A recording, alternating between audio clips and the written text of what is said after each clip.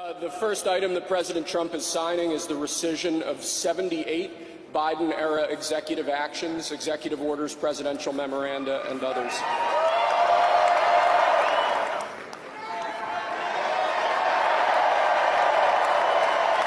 The second item, President Trump, is a regulatory freeze, as you announced in your speech, preventing bureaucrats from issuing any more regulations until we have full control of this, the government and this administration. The next item, sir, is a freeze on all federal hiring, excepting the military and a number of other excluded categories, again, until full control of the government is achieved and we understand the objectives of government going forward.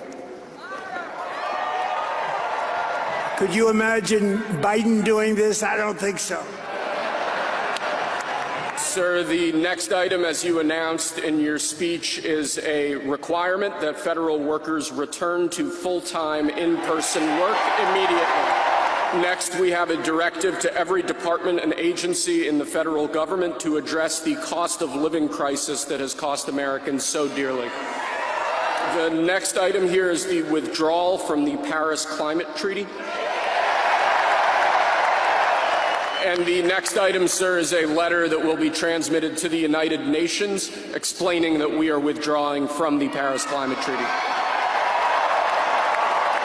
This next item is a directive to the federal government ordering the restoration of freedom of speech and preventing government censorship of free speech going forward.